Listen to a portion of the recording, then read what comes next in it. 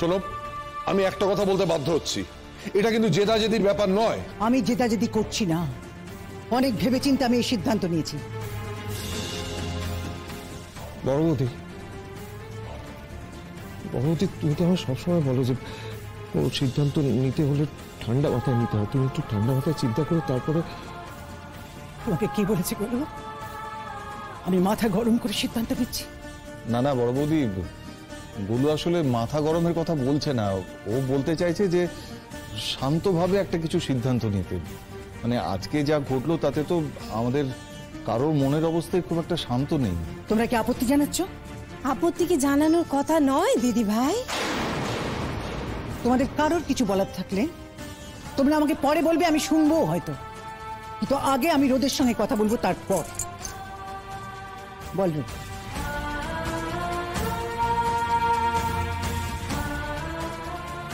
এই ব্যাপারে আমার কি বলার আছে বলো তোমার?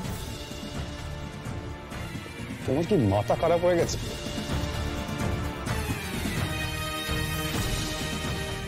এটা কখনো হয়? হয় হয়।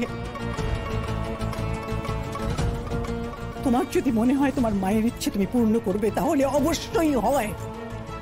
রোদ, আমি অনেক ভেবেচিন্তে সিদ্ধান্ত নিয়েছি। তুমি নিশ্চয়ই এটা মানবে যে আজ অব্দি আমি কোনোদিনও তোমার খারাপ চাইনি, আজও চাইছি না। তারপরেও যদি তোমার মনে হয় যে মায়ের এই ইচ্ছেটা তুমি পূর্ণ করবে না, মায়ের কথা রাখবে না, তাহলে মুখের উপর স্পষ্ট বলে দাও না। আমি শোনার জন্য তৈরি আছি। তারপর আমি নিজেই চিরকালের মতন বাড়ি ছেড়ে চলে যাব। এই অপমান আমি মানবো না, তো কিছুতেই না।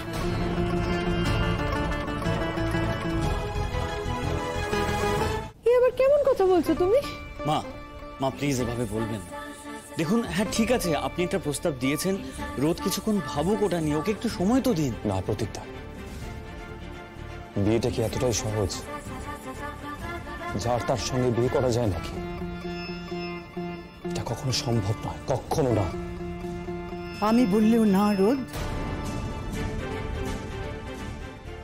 মা,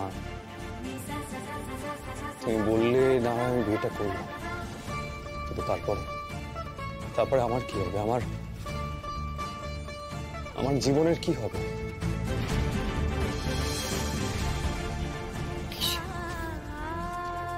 কিসে অসুবিধা বল? বল কিসে অসুবিধা? লেখাপড়া জানা মেয়ে, অত গুণী, অত ভালো মেয়ে, অত শিক্ষিত, অত সুন্দর একটা পরিবারের মেয়ে।